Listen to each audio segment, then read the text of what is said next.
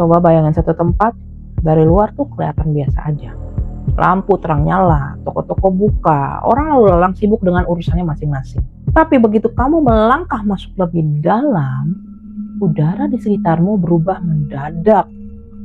Tiba-tiba terasa lebih berat, lebih dingin nusuk tulang, meski AC itu lagi mati total. Bau asap dan sesuatu yang gosong samar tercium, padahal udah lebih dari 28 tahun berlalu sejak kejadian itu. Di lorong paling ujung lantai 3, kadang terdengar suara tangisan anak kecil, padahal ini udah lewat tengah malam dan gak ada satu jiwa pun yang terlihat.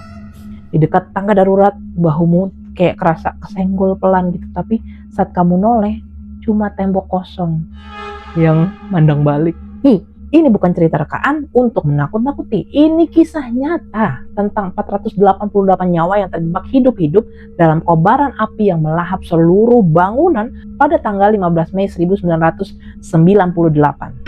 Tempat ini dulu namanya Jogja Plaza atau Plaza Central Klender. Mereka mati dalam ketakutan, sesak napas, dan gak bisa keluar karena pintu-pintu dikunci rapat dari luar. Hari ini kita akan kupas tuntas semuanya, mulai dari sejarah awalnya, detik-detik neraka saat tragedi terjadi, zona-zona mana aja yang sampai sekarang terasa paling angker, mendengarkan 12 kesaksian dan terinci dari orang-orang yang benar-benar mengalaminya, sampai kita bahas penjelasannya dari sisi logika maupun sisi mistisnya. Siap masuk lebih dalam? Hati-hati melangkah dan jangan sampai pintunya terkunci di belakangmu. Sebelum kita mulai mendengar suara-suara dan melihat bayangan yang masih berkeliaran sampai sekarang, kita harus tahu dulu akar ceritanya. Apa yang sebenarnya terjadi di tempat ini? Bagaimana sebuah pusat keramaian yang menjadi kebanggaan warga bisa berubah dalam hitungan jam menjadi lautan api dan kuburan bagi ratusan orang? Yuk kita mundur ke masa itu dan ikuti alur peristiwa yang mengubah nasib banyak orang selamanya. Awal mulanya tempat ini adalah kebanggaan bagi warga Jakarta Timur. Dibangun mulai tahun 1989, itu pas Manai lahir, dan resmi dibuka untuk umum pada tahun 1991. Bangunan ini memiliki 6 lantai penuh. Di dalamnya terdapat toko serba ada Jogja, bioskop, restoran, area permainan anak, toko elektronik, pakaian, hingga supermarket. Bagi warga Jakarta Timur pada masa itu, Jogja Plaza adalah pusat keramaian nomor 1. Dinilai tempat berkumpul, belanja, rekreasi, dan menjadi sumber penghidupan bagi ribuan karyawan dan pedagang. Suasananya tuh selalu ramai, penuh tawa dan kegembiraan. Siapa sangka, tempat yang dulunya menjadi kebanggaan itu kelak akan berubah menjadi saksi bisu peristiwa paling kelam dalam sejarah kerusuhan di Indonesia. Detik-detik neraka itu terjadi pada tanggal 14 sampai 15 Mei 1998. Semuanya berubah drastis saat krisis moneter melanda Indonesia. Inflasi melonjak tinggi, harga barang melambung, dan ketidakpuasan masyarakat memuncak. Kerusuhan besar meletus dan menyebar ke berbagai wilayah di Jakarta, termasuk kawasan Klender.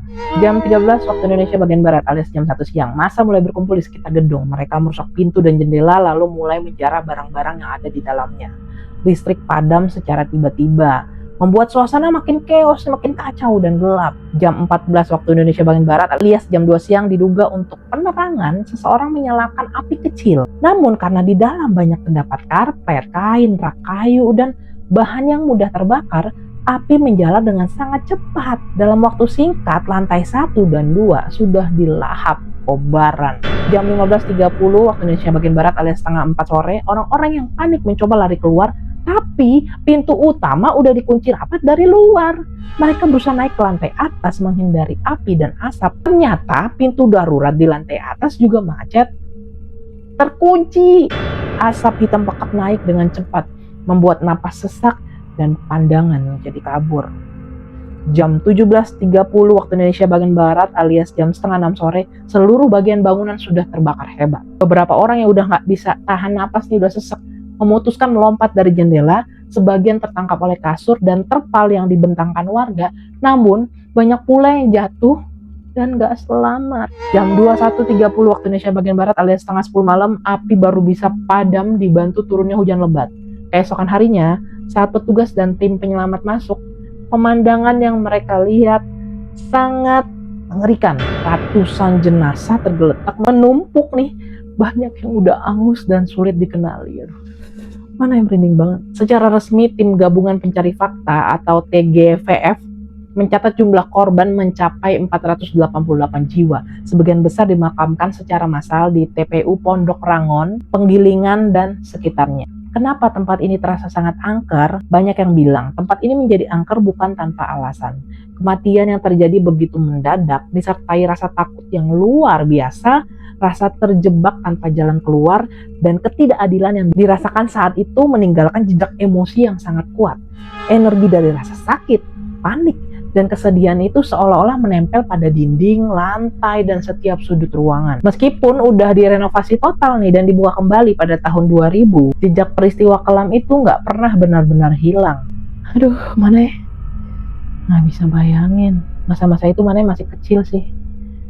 Cuma tahu kelamnya kayak gimana. Kita udah tahu nih bagaimana tragedi itu berlangsung dan mengapa tempat ini menyimpan luka yang begitu dalam. Tapi bukan hanya sejarahnya yang mencekam. Kalau kamu melangkah masuk ke dalamnya, kamu akan merasakan bahwa setiap lantai, setiap lorong, bahkan setiap sudut punya suasana yang berbeda. Ada area yang terasa biasa aja, tapi ada juga yang membuat bulu kuduk tuh berdiri. Hanya dengan kamu berdiri di situ.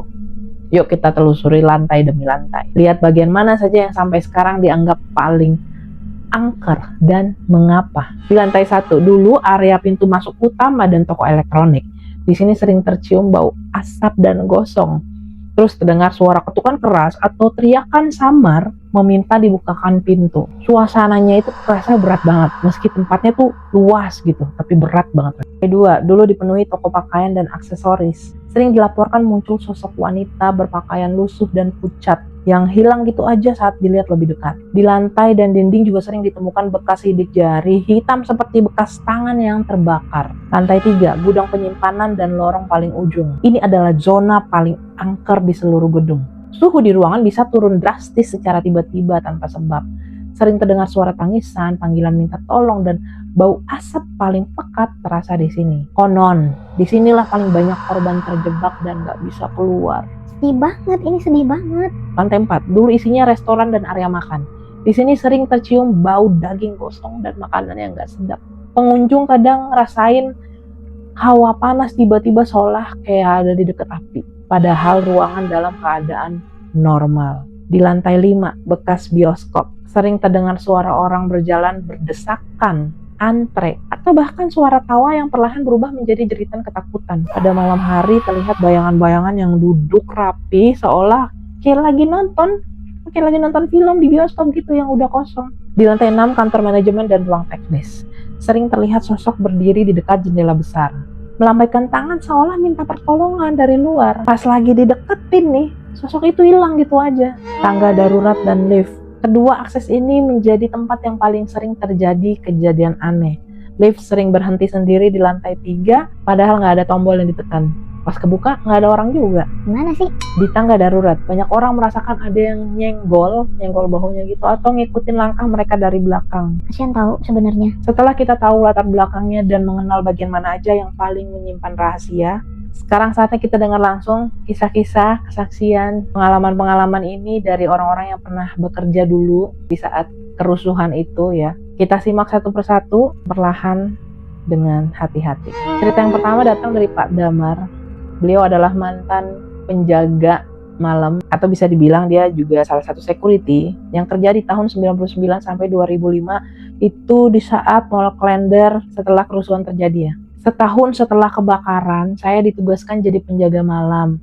Sementara, karena gedung ini belum dibuka kembali seutuhnya. Malam pertama saya bertugas, jam menunjukkan waktu itu jam 11:15 malam. Saya mulai keliling nih, ngecek keamanan. Saat sampai di lorong ujung lantai 3, suhu ruangan itu kayak tiba-tiba kok jadi dingin, sekitar berasa kayak di 18 derajat Celcius. Tangan dan kaki saya udah langsung gemetar kedinginan. Tiba-tiba ada bau asap tebal yang nyengat masuk ke hidung, ngebuat saya tuh sesak napas. Dari ujung lorong yang gelap terdengar suara seorang pria parubaya tuh kayak umur 50-an lah ya. Teriak-teriak minta tolong buka pintunya, panas sekali. Saya langsung megang senter dan berlari ke arah suara itu. Tapi begitu saya sampai di sana, cuma ada tembok kosong. Anehnya tembok itu rasanya tuh hangat, pas disentuh tuh kayak ngerasa baru aja kena panas api gitu. Seminggu kemudian kejadian makin jelas. Saya ngelihat sosok tinggi besar berdiri tepat di depan tangga darurat. Tubuhnya tuh terlihat hitam legam kayak habis terbakar, rambutnya kusut, dan tangannya terulur-ulur seolah meminta kunci untuk membuka pintu itu. Saya nggak berani lari, hanya berdiri diam dan membaca doa pelan. Perlahan, sosok itu memudar dan lenyap menjadi kabut tipis. Saya baru sadar, tanggal kejadian itu tepat di tanggal 15 Mei. Berarti di tanggal 15 Mei tahun 1999. Itulah pengalaman Pak Damar, orang pertama yang kembali menjaga tempat ini setelah asapnya hilang. Rasanya itu udah cukup mencekam ya, tapi tunggu dulu, bukan hanya dia yang merasakan hal ini. Ada yang datang dengan alasan pribadi, mencari jejak orang tercinta dan justru menemukan hal yang gak pernah dia bayangin. Yanto adalah anak salah satu korban. Ayahnya kerja sebagai karyawan toko sepatu di lantai 2. Hari kejadian itu, saya tuh ikut ke mall dan terpisah dari kerumunan saat keributan mulai terjadi. Begitu tahu situasi bahaya, ayah saya masuk kembali ke dalam untuk mencari saya. Akhirnya saya selamat dibawa warga. Tapi ayah saya tuh nggak pernah keluar lagi. Selama 3 hari pencarian, jenazah ayah nggak diketemukan. Sampai ada seorang warga yang bilang, coba cari di samping tangga utama lantai 3, di balik tumpukan kayu. Saya berani pergi ke sana ditemenin sama paman saya. Saat ngangkat sisa puing, saya nemuin jam tangan kesayangan ayah saya. Logamnya masih utuh, nggak meleleh sedikit pun. Saat saya memegang tanah di sekitarnya, tiba-tiba kayak terdengar bisikan yang halus banget di telinga saya. Akhirnya kamu datang. Sejak hari itu, setiap malam Jumat kamar saya selalu tercium bau rokok filter kesukaan ayah. Seolah tuh dia udah pulang tapi terperangkap dan gak bisa lepas dari tempat itu. Sedih banget ya, sedih banget. Rasa rindu dan kebingungan itu ternyata bisa terasa sampai puluhan tahun kemudian. Bukan hanya keluarga korban, tapi pengunjung biasa pun gak luput dari pertemuan yang gak terduga. Seperti yang dialami Sinta yang saat itu hanya sedang menjalani pekerjaannya sehari-hari. Sinta ini mantan SPG di lantai 2. Dia kerja di tahun 2002 sampai 2004. Saya kerja sebagai pramuniaga di lantai 2, tepatnya di toko pakaian. Suatu sore sekitar jam 5-an saat hampir tutup nih, datang seorang ibu-ibu sendirian. Pakaiannya kelihatan lusuh, kusut, rambutnya berantakan, dan wajahnya tuh pucet banget, seolah nggak ada darah sama sekali. Harusnya Sinta udah ngerti itu siapa, ya nggak sih? Tapi mungkin ya udahlah, maksudnya ya yang penting ada pelanggan yang datang ya kan. Udah nggak mikir kan, namanya juga kerja. Nah, sosok ini mendekati lemari pakaian yang paling pojok dan dia berkata pelan, bisa dibukain katanya. Saya cari jalan keluar. Saya bukain lemari itu dan ngejawab, jalan keluar ada di depan sana bu. Tapi dia cuma diem dan nunduk, lalu nangis. Saya noleh sebentar buat ngambil kertas pembungkus dan saat saya noleh kembali, ibu itu udah nggak ada. Di lantai tempat dia berdiri tadi tertinggal bekas telapak tangan yang besar dan hitam seperti terbakar. Ya ampun, sedih banget ini. Kasihan banget. Cerita yang selanjutnya ini Acul, petugas kebersihan. Saya bertugas bersihin lantai 5, tepatnya di area bekas bioskop. Setiap pagi jam 5.30, setengah 6 pagi itu sebelum mall dibuka, udah sering saya nemuin jejak kaki kecil di lantai. Ukurannya kayak jejak kaki anak-anak usia 5-6 tahunan. Jejaknya tuh basah pas pertama terlihat, terus perlahan berubah menjadi warna hitam gosong, sebelum akhirnya hilang sendiri dalam beberapa menit. Suatu pagi saya lagi nyapu dekat lorong samping. Tiba-tiba saya dengar suara tawa anak-anak yang ceria banget, seolah sedang main kejar-kejaran. Suaranya makin dekat, makin jelas, sampai rasanya ada yang berjalan tepat di samping saya. Tapi begitu saya muter badan, gak ada siapa-siapa. Tawa itu perlahan berubah jadi tangisan keras yang menyayat hati banget.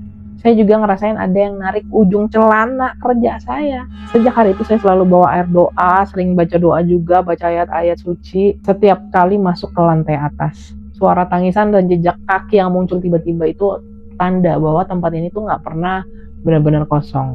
Bahkan pengunjung mall yang gak punya niat apa-apa pun bisa terjebak dalam suasana masa lalu yang terulang kembali. Seperti apa yang dialami Rani dan temannya saat lampu-lampu itu padam. Nah lo, wadidaw. Saya sama teman saya nih belanja hari Sabtu. Asyiklah kita keliling sampai nggak sadar waktunya tuh udah malam nih. Saat kami baru sampai di tengah lorong lantai 4, tiba-tiba semua lampu di lantai itu mati total. Suasananya jadi sangat hening. Hanya terdengar detak jantung kami sendiri yang berdegup kencang. Ya kan, namanya juga mati lampu, kaget lah. Nggak lama kemudian kami ngerasain ada ratusan orang berjalan berdesakan tepat di belakang kami. Langkah kakinya tuh berat, nafasnya tuh terasa panas dan sesak. Terus ada bau asap yang pekat banget nyengat ke hidung kami. Teman saya auto pingsan karena ketakutan dan sesak napas. Kasian ya. Kasian dia sih. Saya berteriak sekuat tenaga manggil bantuan. Beberapa menit kemudian lampu nyala kembali secara tiba-tiba.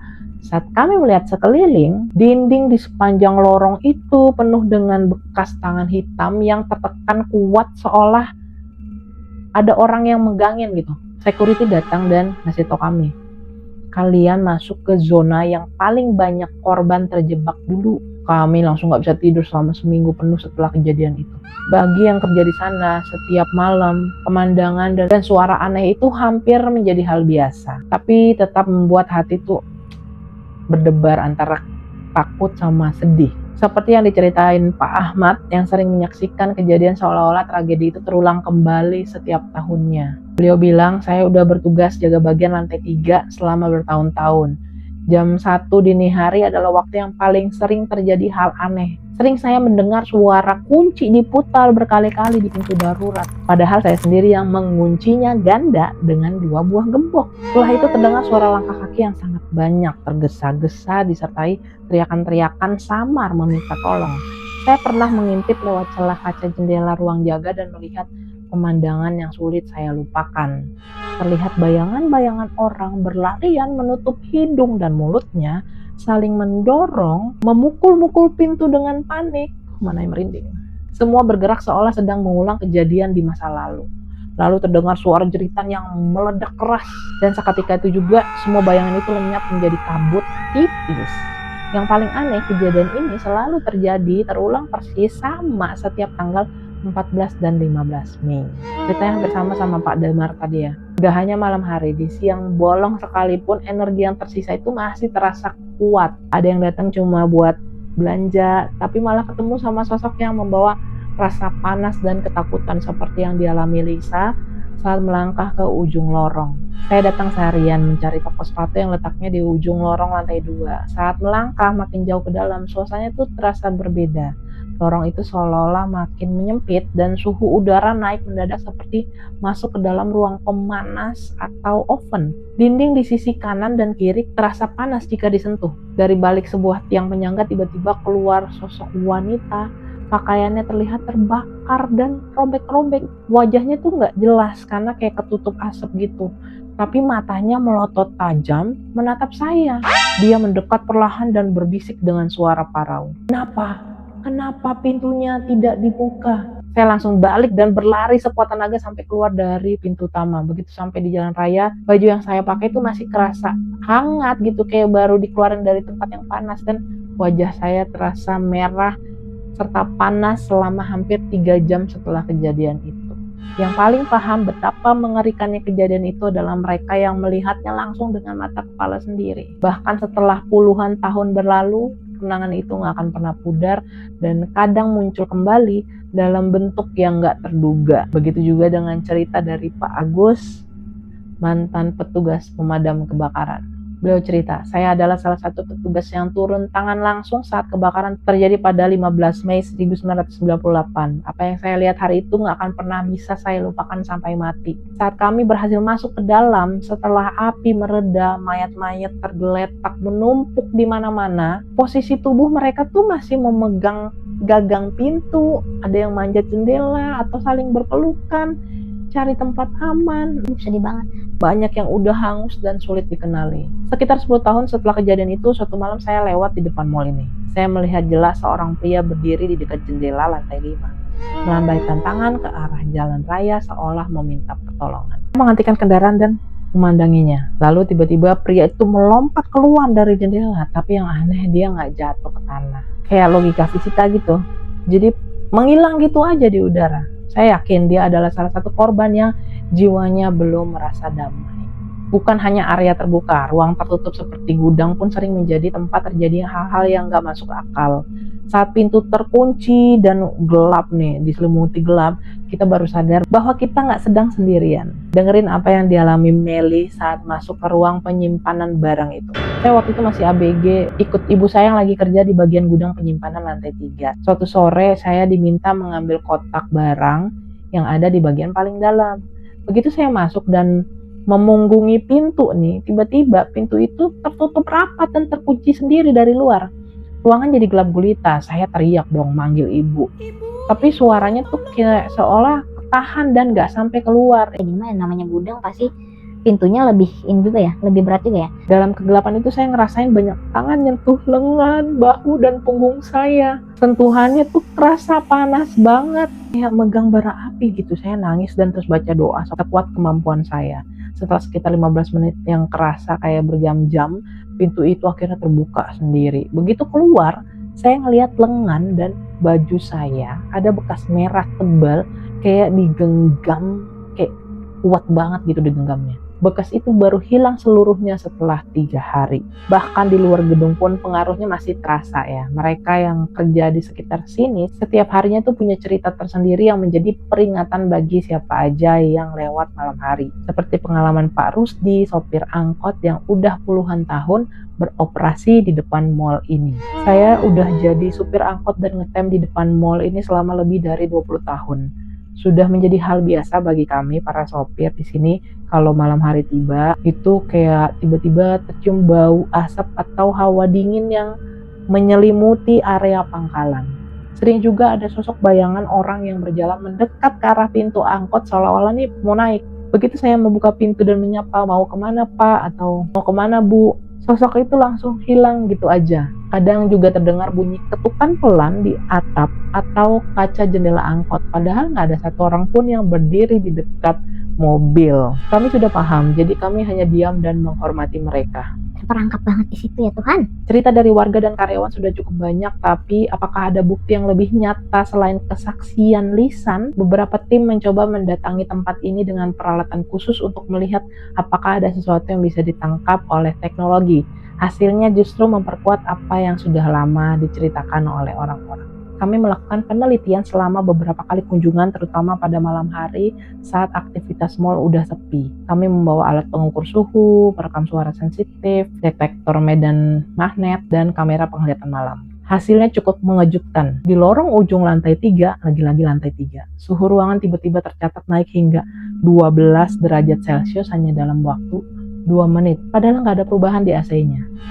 Rekaman suara berhasil menangkap suara teriakan, tangisan, dan bahkan kalimat yang cukup jelas. Bunyinya kayak gini, "Kami panas, buka pintunya." Kamera malam juga menangkap bayangan hitam yang bergerak sangat cepat melintasi lorong sebelum menghilang. Saat kami baca-baca doa penenang, suhu ruangan perlahan kembali normal dan suara-suara aneh itu mereda. Kesimpulan kami, masih tersimpan energi emosi yang sangat kuat di tempat itu. Sampai hari ini walaupun udah direnovasi total dan menjadi tempat beraktivitas kembali, aturan tak tertulis tetap dijalankan oleh petugas yang bertugas. Mereka tahu cara menghormati apa yang ada di sana supaya nggak mengganggu kedamaian kedua belah pihak. Ini adalah pandangan dari security yang bekerja sampai tahun 2024. Kami masih memegang aturan tak tertulis yang diwariskan dari petugas lama. Jangan pernah berjalan sendirian di lorong ujung lantai 3 pada malam hari. Jangan membuka pintu gudang lama yang sudah nggak kepake. Dan selalu mengucapkan salam atau permisi saat masuk ke area yang sepi. Kami sering dengar suara barang jatuh atau berantakan, padahal saat dicek kembali semuanya rapi dan nggak bergerak. Lift kadang berhenti sendiri di lantai 3 walaupun gak ada tombol yang ditekan. Kami gak merasa takut yang berlebihan karena kami memahami bahwa ini adalah tempat yang punya sejarah kelam. Kami hanya menghormati keberadaan mereka yang sudah tiada. 12 kisah tadi baru sebagian kecil dari sekian banyak pengalaman yang terjadi di Mall Klender. Ada yang percaya sepenuhnya, ada yang menganggapnya hanya sugesti atau faktor lingkungan. Tapi apakah ada penjelasan lain selain yang kita dengar? Yuk kita bahas dari dua sisi pandang secara logis dan secara mistis, supaya kita bisa memahami lebih utuh mengapa tempat ini tetap menyimpan misteri sampai sekarang. Dari sisi logis dan ilmiah, ada penjelasan yang bisa diterima akal sehat. Sisa-sisa bahan kimia dan karbon dari pembakaran yang meresap ke ke dalam dinding bisa mempengaruhi bau dan suhu ruangan. Aliran udara di dalam gedung bertingkat yang kompleks juga bisa menimbulkan suara-suara aneh seperti desiran angin atau bunyi gesekan pipa. Selain itu, efek psikologis juga berperan besar. Jika kita sudah mendengar cerita bahwa tempat ini angker, pikiran kita akan lebih peka terhadap perubahan kecil dan cenderung mengaitkannya dengan hal-hal gaib. Dari sisi mistis dan kepercayaan, bagi mereka yang percaya, tempat ini menjadi sangat angker karena terjadinya kematian secara mendadak dan massal, disertai rasa takut, panik, dan ketidakadilan yang sangat tinggi. Energi emosi negatif yang sangat kuat itu seolah-olah membeku dan menempel pada lingkungan sekitar. Jiwa-jiwa yang meninggal dalam keadaan tertekan dan belum siap menerima kematiannya dipercaya masih terjebak, tidak bisa melanjutkan perjalanan mereka ke alam selanjutnya. Mengapa hal ini terus berulang? Beberapa pengamat mengatakan bahwa ingatan kolektif masyarakat juga berperan. Selama kisah ini terus diceritakan dan dibicarakan, energi ingatan itu tetap hidup. Selain itu, proses pembersihan atau penyerahan doa secara menyeluruh yang melibatkan semua pihak juga belum pernah dilakukan secara besar-besaran. Pelajaran berharga dari tragedi ini, pemerintah akhirnya memperketat peraturan keselamatan gedung bertingkat di seluruh Indonesia. Kini setiap bangunan wajib memiliki jalur evakuasi yang jelas, pintu darurat yang bisa dibuka dari dalam, sistem pemadam kebakaran yang berfungsi baik, serta papan petunjuk arah keluar yang mudah terlihat. Setelah kita sudah telusuri sejarahnya, mengenal setiap sudutnya, mendengar pengalaman orang-orang yang mengalaminya, dan mencoba memahami alasannya dari berbagai sisi, ada satu hal yang pasti. Mall Klender ini bukan sekedar bangunan tua atau sekedar tempat cerita seram belaka. Ia adalah saksi bisu dari peristiwa menyedihkan yang mengubah banyak hal. Sebelum kita akhiri, mari kita tarik kesimpulan dan biarkan pesan dari tempat ini tersampaikan sampai ke hati kita semua. Sudah lebih dari 28 tahun berlalu sejak hari maut itu. Asapnya sudah hilang, dindingnya sudah dicat ulang, dan kini tempat ini kembali menjadi pusat aktivitas masyarakat. Tapi satu hal yang gak pernah berubah. Rahasia dan cerita yang tersimpan di dalamnya tidak akan pernah habis diceritakan. Ratusan jiwa yang mati terjebak itu bukan sekedar angka dalam catatan sejarah. Mereka adalah manusia yang pernah hidup, punya keluarga, punya impian, dan menderita sebelum akhirnya pergi. Mungkin mereka masih ada, masih berusaha menyampaikan bahwa mereka pernah ada dan belum sempat pulang dengan tenang. Kalau suatu hari nanti kamu lewat di depan Mall Klender, cobalah lihat sekilas ke arah jendela-jendela lantai atas. Jangan terkejut jika tiba-tiba merinding, tercium bau asap samar, atau merasa ada yang sedang memandang balik dari balik kaca. Ingatlah, setiap tempat punya jejak, setiap penderitaan punya gemanya, dan setiap kematian meninggalkan tanda. Ini bukan cerita buat nakut-nakutin kamu, tapi supaya kita saling menghargai betapa berharganya nyawa, menjaga keselamatan, dan gak melupakan sejarah supaya kejadian kelam seperti ini tidak terulang lagi. Kalau kamu pernah lewat dan punya pengalaman sendiri atau mendengar cerita lain tentang tempat ini, silakan tulis di kolom komentar. Yuk kita dengarkan dengan rasa hormat. Jangan lupa like, share, subscribe Mandai Berkisah, dan nyalakan lonceng notifikasinya supaya kamu tidak ketinggalan kisah-kisah misteri lainnya. Hati-hati kalau suatu malam kamu harus lewat sini. Siapa tahu ada yang sedang menunggumu di balik pintu yang gak pernah benar-benar tertutup rapat. Dan selalu ingat ini, hormatilah apa yang mata biasa tidak selalu bisa melihat. Terima kasih sudah menonton. Mandai pamit undur diri.